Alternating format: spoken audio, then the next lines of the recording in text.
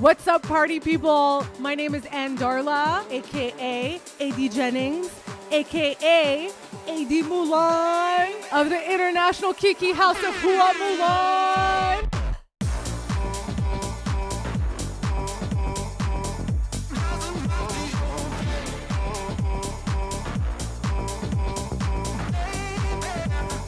Category is currently urban streetwear.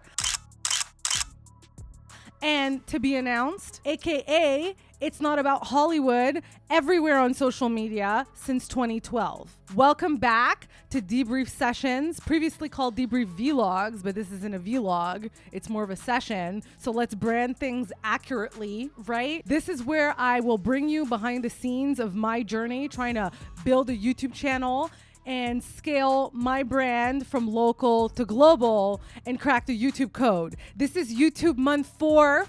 I was cyber attacked on Reddit by and I'm being coerced into making a type of content I really don't want to make in order to get into the algorithm's good graces. But if this is the existential and algorithmic purgatory life puts creators through in order to weed out the weak, well, guess what? I ain't one of them. I'm here to stay. I'm gonna roll with the punches. I'm gonna take the L's and I'm gonna keep going until I get what's mine. And what's mine is YouTube success, okay? You see these trophies? You see this? You see this? Fresh new set. Eskimo kiss with the chrome on top. Life is like ballroom, okay? I don't walk often, but when I do walk, I will do everything humanly possible to bring a trophy home for my house. Okay? In life, if you have what it takes to stand up there and hold space with the best, don't you dare settle for less. Don't move around the game like a bottom when what you really are is a top, okay? Don't be a man if what you're meant to be is a woman, okay? Trophies. But if I was doing this for you, then I have nothing left to prove. This is for me though. I'm just trying to stay alive and take care of my people. And they don't have any awards for that. Young Money, trophies. Ba, ba, ba, ba, ba, ba, ba, ba, ba. You may be familiar with cyber attacks such as hacking, phishing, doxing.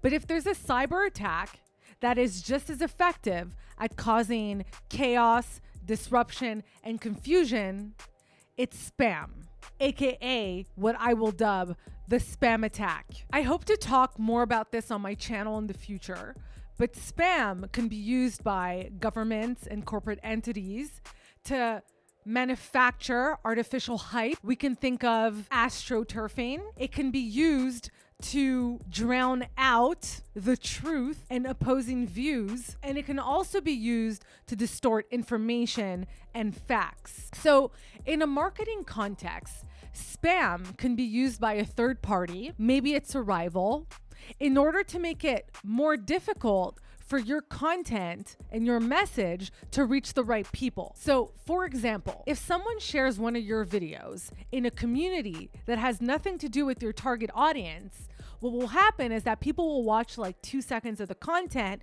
bounce right out of the content, and as a result, that will signal to the platform you're using, aka YouTube, that the content isn't any good and it won't push the content. And this is especially true if you're a young channel or you're a young account like me and YouTube doesn't have a lot of data or information to like base the performance of your content around, okay?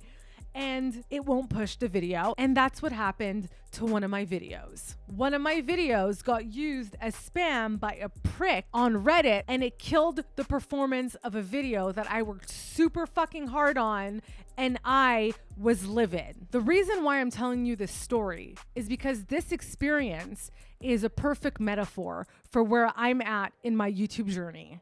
And that is having to surrender a certain degree of control, and or even potentially a complete loss of control. And if you know me, you know that I like to be in control. So experiencing this has been incredibly difficult for me, but I think it's important to talk about it because losing control and or having very little control is almost foundational to the experience of being a content creator on a third-party platform that you don't own, like YouTube. So let's get into it. The spammer attack. So I've been experimenting with sharing my content on Reddit. I absolutely love Reddit. I recognize my tribe and my kind of people in some of these communities, but Reddit currently is still a whole new world for me. And if your butt is green like me and you're not careful, you can very easily get got. And my butt got. So I decided to share my first debrief sessions video in a dedicated subreddit for small YouTubers. The marketing brain of me was like, this is the perfect audience for this type of video. They're just starting out their YouTube journey. I'm just starting out my YouTube journey, and we can relate to each other. So I prepare my post. I post the video in the subreddit, and then I go for a little hike on the mountain because that's usually what I like to do after I post something, because otherwise I'm just glued to the analytics, and that isn't very healthy. So I'm on the mountain getting some fresh air on my little hike, and I decide to check Reddit to see what's good after I posted my post. And I get a notification. Someone has commented on my Reddit post, and I'm like, oh my God, cute. I've got some engagement. Like I was happy, you know, oh my God, cute. My video got some engagement. Nice. Let me see what's going on. So I get a notification. It's a comment from someone, let's call him user Sir Rancid Chocolat. Okay. Now I don't have all the receipts for what happened because I actually blocked the user.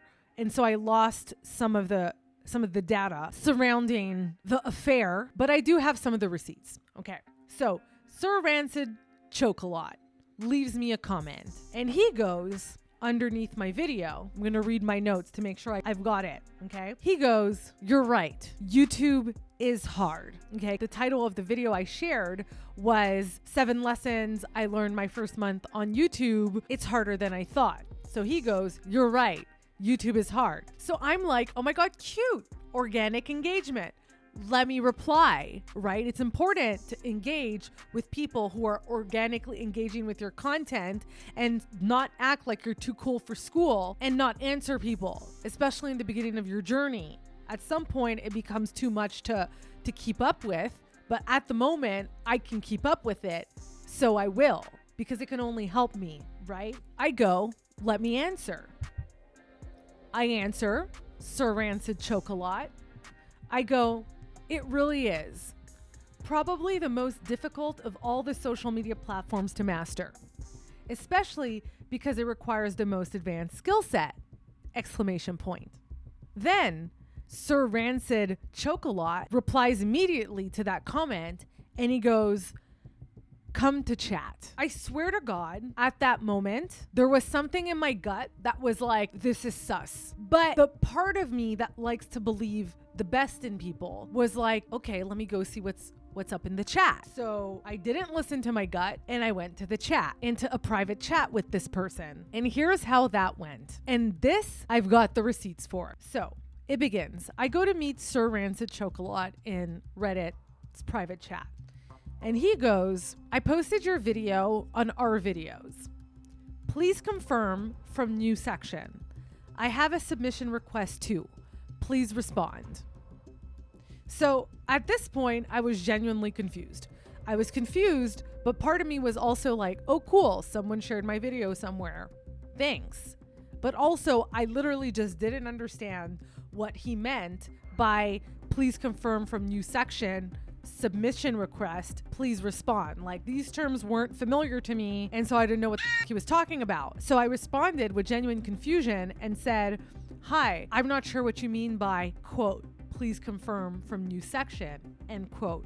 Can you please clarify? Then Sir Rancid Chocolat sends me a slew of messages back to back, like bang, bang, bang, bang, bang, bang, bang, like so quick I didn't know what was going on. So quick, it doesn't give you enough time to process what's happening and to actually think about how you're going to react, which is something I'm going to get to right after I read the messages Sir Rancid Chocolat sent me.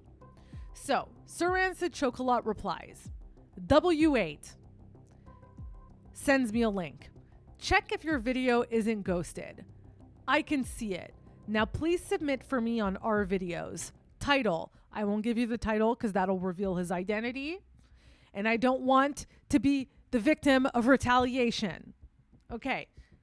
Then he sends me another link. Please confirm after submission help. Hey, help me.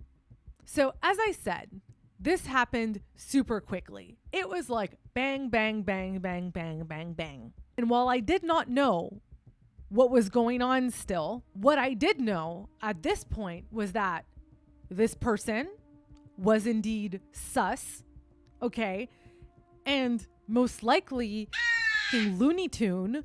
Like, who talks to people like this? Imagine the gall of someone talking to a complete stranger and being like, hey, help me. Like, the gall of a person to give a total stranger on the internet orders like that. Like, who the do you think you are? So immediately I knew this guy was a bit off. And what I also recognized in this moment is a tactic that I've experienced a lot in business, and that is the pressure tactic. Scammers use it all the time, and people use it in business negotiations all the time. And the pressure tactic is often used by individuals who don't have the best intentions in order to get you to agree something or to pressure you in compliance without giving you the time to really think things through and not give you the time to evaluate whether what you're agreeing to is in your best interest or not. So for future reference, please recognize when someone's using a pressure tactic on you, because a pressure tactic is most likely not coming from someone who has your best interest at heart and who has the best intentions. And given the fact that I'm familiar with this tactic, if there's one thing that I recognized following the immediate understanding that this person was Looney Tune, is that this was a pressure tactic. And so what I needed to do at that point was to slow it down. I needed to slow everything down and buy myself time, because I put myself into a corner with this guy. I was in a private chat with this person. I did not know what this person was capable of and how crazy they really were. And I did not want to trigger them into doing anything crazy. Like, I don't know, reporting my content, reporting my channel, whatever. It could be anything. You never know who you're dealing with. So don't make any assumptions and play it safe. So my reply at that point was, excuse me, can you please clarify what exactly you need done? This bought me just a little bit of time to process what was going on and to be like, okay, this person is not normal. I need to get myself out of this conversation. Let me slow it down. So then Sir Rancid Chocolat replies to me, post my video to our videos. I am ghosted there. Help. Sent you link and title. Now I started to get more information about what was going on and what this person wanted. So this person wanted me to post one of his videos to our videos. That much I understood. And then I also understood something about him being ghosted there. Help. Sent you a link and title. And then I understood that he wanted my help. So, again, buying time, but now that I've understood what this person wants out of me, I was then in a position to reply with a little bit more firmness about where I stood in relation to what this person wanted from me. So I understood at that point that this person wanted me to share one of his videos to our videos. And honestly, had he not mentioned that he was ghosted there, I might have done it. But the fact that he mentioned that he was ghosted there was a red flag. You want me to share your content in a subreddit that's blocked you? Why did the subreddit block you? I want you to answer that before I do anything for you. And also, I also understood that he didn't share my content to this subreddit out of genuine support, or because he thought that this would be good for me, or this was the proper subreddit to share my content in. He shared my content in a subreddit that he wanted to share his own content in, but couldn't share it there anymore, and was trying to get back into the good grace. I don't know what his whole, I'm not even going to speculate. Okay. But he wanted me to do something for him, but instead of asking me, or instead of negotiating this transaction with me beforehand in order to see whether I consented to this type of transaction, he just went ahead and did the thing, and then applied pressure and tried to force me into doing the thing for him. But here's the thing. If Reddit has flagged this guy's content and this guy as being a spammer, and then I go and do the dirty work for him by sharing his content in a subreddit where he's been blocked, then that dirties the name of my own Reddit account and could potentially put me in bad standing with that community. And why would I do that? Like, what? Like, no. Absolutely not. So I go, okay, so here's the deal. I appreciate you sharing my video on that subreddit. However, this is a very pushy way of going about it. If you share someone's video, it's because you genuinely want to share it, and not because you expect something in return. If you want to engage in a transaction of this nature, you need to be upfront about it. Why have you been ghosted on that subreddit? And let me go back to it. If you want to engage in a transaction with someone, you want them to do something for you and you do something for them, you need to negotiate the terms ahead of time before you do the thing. Okay, you need to get their consent. You don't just go ahead and do the thing and then expect the person to give you something in return. That's not how it works. Okay, that's not how negotiation works. That's not how consent works. That's not how being a normal human being works. Okay, so this person is a little, okay? But most importantly, I wanted to know why this guy was ghosted from the subreddit. Okay, you gave me some information here. Let me get more information. Why were you ghosted on that subreddit? And then Sir Rancid Chocolate answers me the following. Mass channel promotion on Reddit. 80-20 rule. Please help me. I will tell you one thing. You should have told me no, at least from start. You made me hope. Sorry to bother you. So I was like, what is mass channel promotion on Reddit? What is the 80-20 rule? So I went to check it out. Like, I had an idea of what it might be, but I went to like check it out anyways. So the 80-20 rule is a promotion rule that I guess certain Reddit communities have, but also is just a rule that you should follow in the practice of marketing in general. And the 80-20 rule is the following. The 80-20 rule indicates that 80% of social media posts should be useful to your audience, meaning it educates, entertains, or offers a solution to their problems. And only 20% should explicitly promote your business. So in the context of Reddit, what the 80-20 rule can also mean is that you spend 80% of your time sharing content that is valuable to people, that has nothing to do with pushing your own agenda, and then you spend 20% of your time sharing content that can be pushing your own business agenda. Okay, but there needs to be a balance there. Otherwise, if all you do is push your own content, that is spam and it's annoying and it pollutes a community. Okay, so don't do that. So what this told me is that this guy knows exactly why he's been banned from the community. He knows exactly what he's doing wrong, but he just does not give a single. Okay, he just doesn't give a.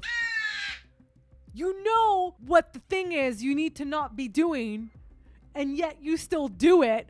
And then you try to bring other people into your mess in order to help you do this thing that you're not supposed to do because it ruins communities. And the most hilarious thing about this story is that I actually went to check out this guy's YouTube channel.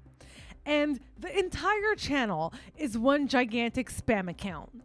Like, this person literally posts.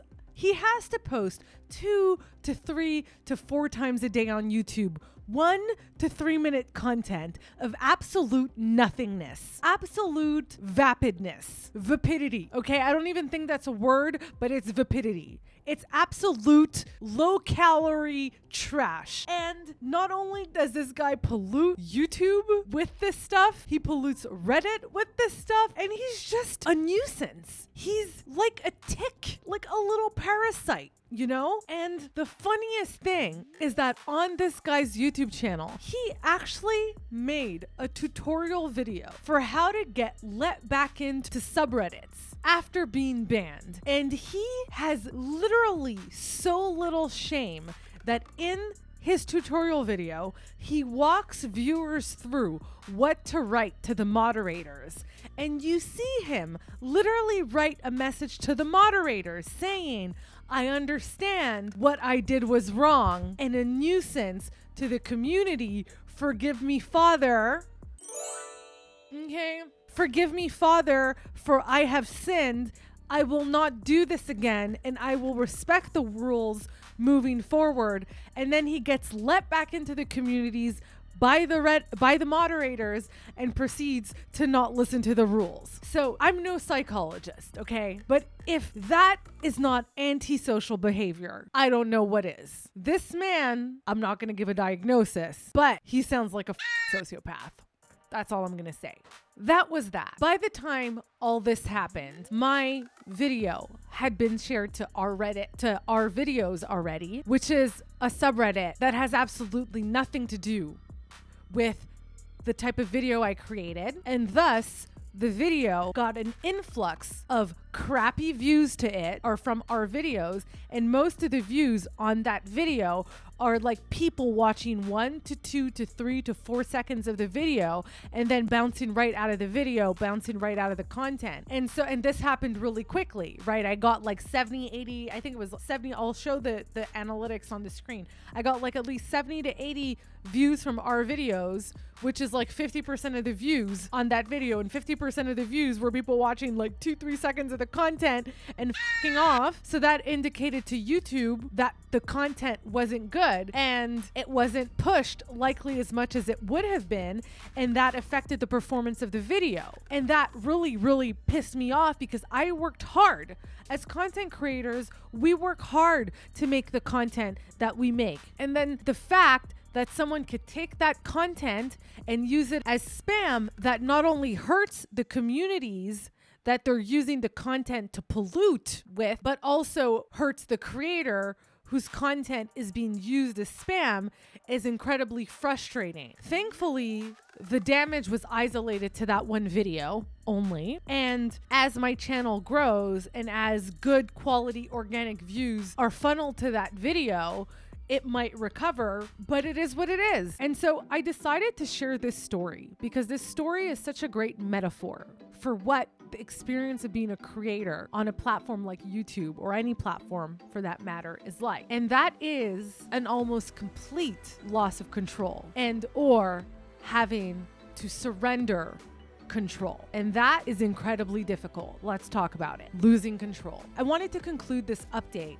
with a couple words about losing control, because when you choose a platform like YouTube or TikTok or Instagram or whatever, pick your poison, okay, as your main content creation hub, you are now engaged in a partnership with that platform. And unfortunately, as creators, especially as small creators, you have no control over the business agenda that these platforms are choosing to push. In 2023, all of the experts, including YouTube, have made it very clear that YouTube will be pushing YouTube Shorts as well as live streaming.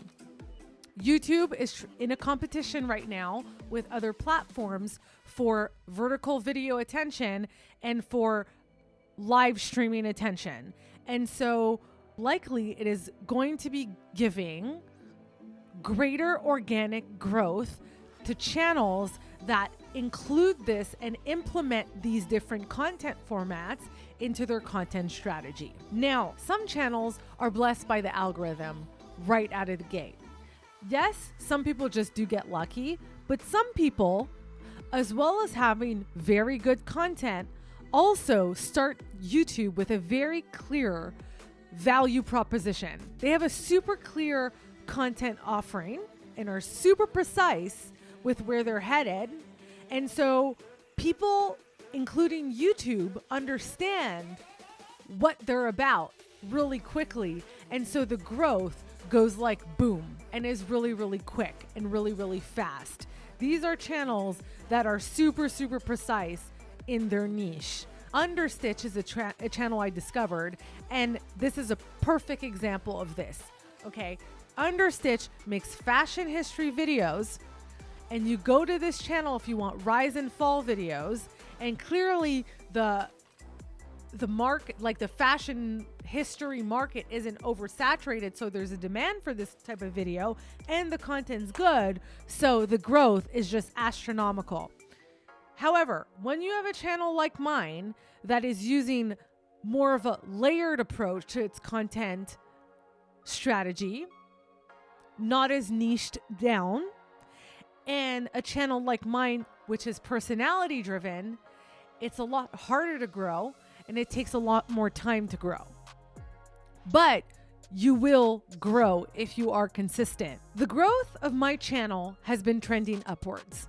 Everything is going in the right direction, but holy is it slow. Like, patience is not a virtue of mine, and I do not have my entire life to pop off on YouTube. Okay, so right now I'm in a push to hurry things the up. Okay, I want results and I want to grow and I want to quickly. Come on. I know I said in one of my videos that this was kind of like YouTube was kind of like a plan B, that this was a side hustle. I've since changed my mind. Because people can change their mind. This is plan A now.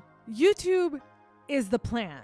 YouTube is the hardest thing I've ever done in my life, but it is also the closest I've personally ever come to creative freedom and creative control. And once you get a taste of that, you can't get enough. And I'm addicted. So I hereby declare it's not about Hollywood. AD Jennings and Darla, AD of the International Kiki House of Hua Mulan, has zeroed in on what she wants. And that's a miracle because I don't often know what I want in life. But I zeroed in on what I want, and what I want is YouTube success. And I will shake my ass for the algorithm, help it help me until I get there. And if that means making short form content, even though I didn't go into this wanting to make short form content, I will do that. If it means making short form content as well as long form content, and in the future as I build an audience also streaming live, then I will do that. Help you, help me. I will do whatever I need to do in order to be successful on this platform. I won't break the law. I'll try not to hurt people, and I will definitely not poach and get into anybody's lane. I will carve my own lane, but I will make it to the finish line and I will be successful. It's not about Hollywood. It's here to stay. Get to know me, bitch. Because let us repeat it one more time for the people in the back. If you have what it takes to stand up there and share space with the best, don't you dare settle for less. AD out.